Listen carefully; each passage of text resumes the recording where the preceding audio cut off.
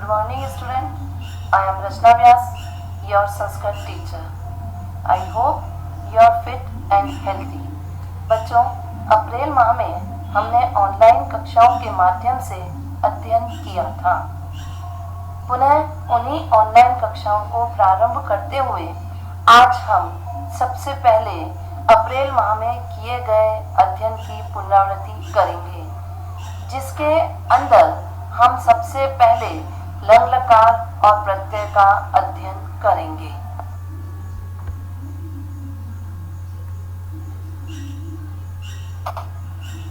लकार, लकार अर्थात काल। बच्चों, अभी तक आप जानते हैं 3 प्रकार के लकार होते हैं, काल होते हैं। जैसा कि आप देखिए, वर्तमान काल, भविष्य काल और भूतकाल। इन 3 काल के बारे में आप जानते हैं। वर्तमान काल अर्थात लट लकार, भविष्य काल अर्थात लिट लकार, भूतकाल अर्थात लंग लकार। अब 2 काल और आप देखिए, विधिलिंग लकार और लोट लकार। इस प्रकार संस्कृत में 5 लकार होते हैं, 5 काल होते हैं। बच्चों, हमारे पाठ्यक्रम में केवल लंग लकार है। हम केवल लंग लकार के बारे में विस्तृत रूप से अध्ययन करेंगे। लट लकार और लिट लकार आप कक्षा 6ठी में पढ़ चुके हैं। अब हम लंग लकार के बारे में विस्तृत रूप से अध्ययन करेंगे। बच्चों, यहाँ आप एक टेबल देख रहे हैं। ये टेबल लंग लकार की टेबल है। लंग लकार या किसी भी लकार को याद करने के लिए सबसे पहले हमें उसके टेबल को याद किया जाता है। टेबल में बच्चों प्रत्यय जब हम उसके देखते हैं, तो जब हम प्रत्यय याद कर लेते हैं तो वह लकार हमें अपने आप ही स्वतः ही याद हो जाते हैं। देखिए, यहाँ हम देख रहे हैं कि यहाँ सभी प्रत्यय लिखे हैं, तीनों पुरुष हैं, वचन है और टेबल में तीनों सबके प्रत्यय लिखे हैं। किस प्रकार से आप देखिए, प्रथम पुरुष आप सबसे पहले देखिए, प्रथम पुरुष का एक वचन, ये लंग लकार की टेबल है। लंग लकार का प्रथम पुरुष के एक वचन का प्रत्यय है त, द्विवचन का प्रत्यय है ताम और बहुवचन का प्रत्यय है न। अब हम इसमें देखते हैं, यहाँ आप देख रहे हैं मैंने अ प्लस त लगाया है। अ में जब भूतकाल की क्रिया होती है तो उन शब्दों के आगे अ लगा दिया जाता है। जिस प्रकार लिट लकार में इश लगाया जाता है, इस प्रकार यहाँ लंग लकार में अ लगा दिया जाता है। देखिए, अ प्लस त, यहाँ मैंने हस धातु ली है। हस धातु ली है तो आप यहाँ देखिए, मैंने अ प्लस हस प्लस त लगाया है, तो वाक्य क्या बना? हमारे पास शब्द आ गया अहसत। ये बना हमारा प्रथम पुरुष का एक वचन अहसत। दूसरे में देखिए, द्विवचन में मैंने प्रत्यय लिया है ताम। ताम में मैंने अ जोड़ा, अ प्लस ताम, और उसमें हमने जोड़ दी हस धातु, तो अ प्लस हस प्लस ताम, अहस्ताम। अहस्ताम बना बच्चों द्विवचन, प्रथम पुरुष का द्विवचन। अब हम जाते हैं बहुवचन की ओर। बहुवचन का प्रत्यय है न अर्थात अ प्लस न। यहाँ अगले उसमें देखिए, अ प्लस हस प्लस न, तो शब्द बना अहसन। इस प्रकार हम देखते हैं कि हस धातु लंग लकार का प्रथम पुरुष बनता है अहसत, अहसताम, अहसन। अब हम जाएंगे मध्यम पुरुष की ओर। मध्यम पुरुष में आप देखिए, यहाँ मध्यम पुरुष एक वचन का प्रत्यय है अ मीन्स विसर्ग। तो यहाँ मैंने किया है अ प्लस अ, उसमें हमने क्या जोड़ दिया? हस धातु। तो यहाँ बना अ प्लस हस प्लस अ, तो क्या बना? अहसह। अहसह मध्यम पुरुष का एक वचन बना। द्विवचन है तम। तम प्रत्यय है, तम में हमने अ जोड़ा, तो अ प्लस तम, और अ प्लस तम में हमने क्या जोड़ दिया? हस धातु जोड़ दी, तो अ प्लस हस प्लस तम, तो बना अहस्तम।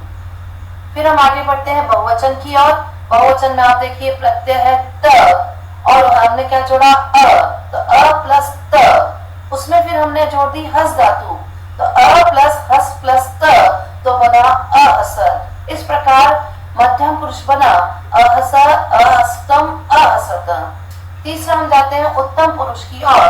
उत्तम पुरुष का एक वचन है म। म में हमने जोड़ा तो अ प्लस म। फिर हम उसमें जोड़ेंगे हस धातु, तो अ प्लस हस प्लस म, तो बना अहसम। अहसम मध्यम उत्तम पुरुष का एक वचन। फिर हम जाएंगे द्विवचन की ओर। द्विवचन आप देखिए उसका प्रत्यय है आव। आव में हमने जोड़ा और उसमें हमने जोड़ दी हस धातु, तो बना अ प्लस हस प्लस आव, अहसाव। बच्चों अहसाव बना उत्तम पुरुष का द्विवचन।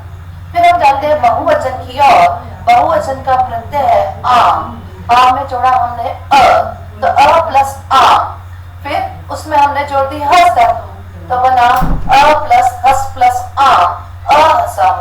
बच्चों अहसाम बना उत्तम पुरुष का बहुवचन। इस प्रकार हम देख रहे हैं कि यहाँ लहस धातु का लंग लकार बना अहसत, अहसताम, अहसन।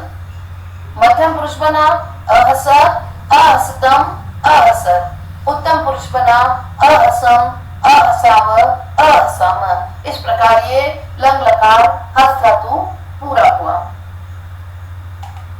प्रत्यय, प्रत्यय किसे कहते हैं? आप देखिए ऐसे शब्दांश जो किसी शब्द के पीछे जुड़कर शब्द के अर्थ में परिवर्तन कर देते हैं प्रत्यय कहलाते हैं। बच्चों संस्कृत में प्रत्यय कई प्रकार के होते हैं, लेकिन आप यहाँ देखिए कत्वा, ल्य, तुमुल, कर, कत्वतु, टा, श्रत इत्यादि ऐसे कई प्रकार के प्रत्यय संस्कृत में होते हैं, किंतु हमारे पाठ्यक्रम में केवल 3 प्रत्यय हैं, त्वा, ल्यप और तुमुल। तो आज हम केवल इन 3 प्रत्यय के बारे में अध्ययन करेंगे। सबसे पहले आप देखिए कत्वा प्रत्यय। कत्वा प्रत्यय कर के अर्थ में लगाया जाता है। जैसा कि आप यहाँ देख रहे हैं कत्वा प्रत्यय का प्रयोग कर के अर्थ में होता है। आप देखिए यहाँ मैंने आपके सामने 2 उदाहरण लिखे हैं। पहला है राम विद्यालय गत्वा अध्ययनम करोति। राम विद्यालय जाकर के अध्ययन करता है। यहाँ गत्वा का अर्थ होता है बच्चों जा करके। गत्वा में त्वा प्रत्यय है, गम धातु है। दूसरा उदाहरण देखिए मोहन सोहनश्च मिलित्वा क्रीडति। मोहन और सोहन मिल करके खेलते हैं। तो यहाँ आप देखते हैं मिलित्वा, मिलित्वा में मिल धातु कत्वा प्रत्यय, मिलित्वा मिल करके। अब मैं अन्य उदाहरण द्वारा आपको समझाती हूँ कि किस प्रकार कत्वा प्रत्यय का पहचाना जाता है। कत्वा गम धातु कत्वा प्रत्यय जा करके, जैसा कि मैंने आपको पहले भी बताया अभी। मिलित्वा मिल धातु कत्वा प्रत्यय मिल करके। नित्वा नी धातु कत्वा प्रत्यय ले जा करके। भूत्वा भू धातु कत्वा प्रत्यय हो करके। कृत्वा कृ धातु कत्वा प्रत्यय करके। बच्चों यहाँ देखिए सबसे पहली बात कत्वा प्रत्यय को पहचानने में ये चीज ध्यान में रखिए कि यहाँ हर शब्द के पीछे त्वा लिखा हुआ है। जिन शब्दों के पीछे त्वा होता है वह कत्वा प्रत्यय होता है और उनके पहले वाले शब्दों के द्वारा उनकी धातुओं को पहचाना जाता है। जैसा कि यहाँ सभी शब्दों में देख रहे हैं कि सभी शब्दों के अंदर लास्ट में अंत में त्वा लिखा हुआ है। इस प्रकार हम कत्वा प्रत्यय को पहचान सकते हैं। अगला प्रत्यय हमारा होता है तुमुल प्रत्यय। तुमुल प्रत्यय का प्रयोग के लिए अर्थ में होता है। जैसा कि आप यहाँ उदाहरण में देख रहे हैं बालक भोजनम कर्तुम गच्छति।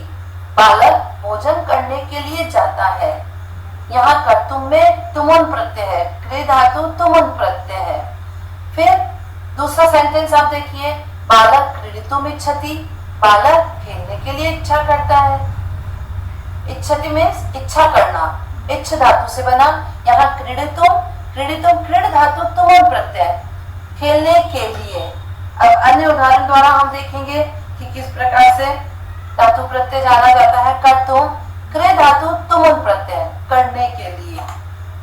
क्रीडितुम क्रीड धातु तुमुल प्रत्यय खेलने के लिए। हसितुम हस धातु तुमुल प्रत्यय हंसने के लिए। गंतुम गम धातु तुमुल प्रत्यय जाने के लिए। भ्रमितुम भ्रम धातु तुमुल प्रत्यय घूमने के लिए। बच्चों, यहाँ जिस प्रकार हमने देखा कि कत्वा प्रत्यय में हर शब्द के पीछे कत्वा शेष रहता है, ठीक इसी प्रकार तुमुन प्रत्यय में उनका लोप हो जाता है और तुम शेष बचता है।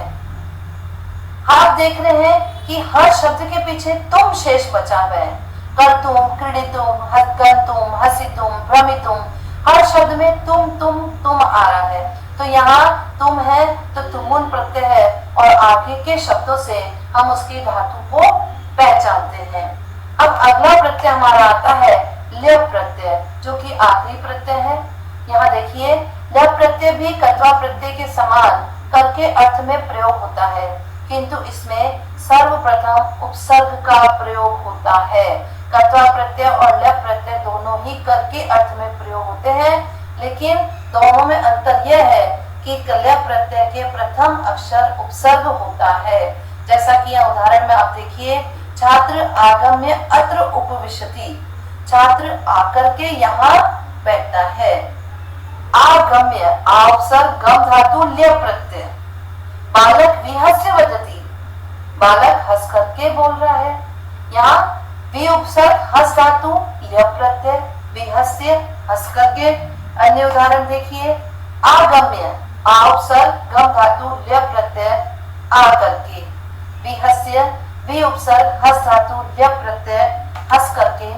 उपगम्य, उप उपसर्ग गम धातु ल्य प्रत्यय पास जा करके। परित्यज्य, परि उपसर्ग त्यज धातु ल्य प्रत्यय छोड़ करके। आदाय, आ उपसर्ग दा धातु ल्य प्रत्यय ले करके। बच्चों, आप देख रहे हैं कि इन सभी शब्दों का प्रथम अक्षर उपसर्ग है। जैसे आ, बी, उप, परि, आ, ये सभी उपसर्ग है और बीच में मूल धातु है और अंतिम प्रत्यय है। इस प्रत्यय में जो बात याद रखने योग्य है वह यह है कि हर अक्षर के बाद में आप देख रहे हैं कि यह शेष बचा है। यह शेष बचा है तो यह हमारा ल्य प्रत्यय है। जिस भी शब्द के अंत में यह होता है वह ल्य प्रत्यय कहलाता है।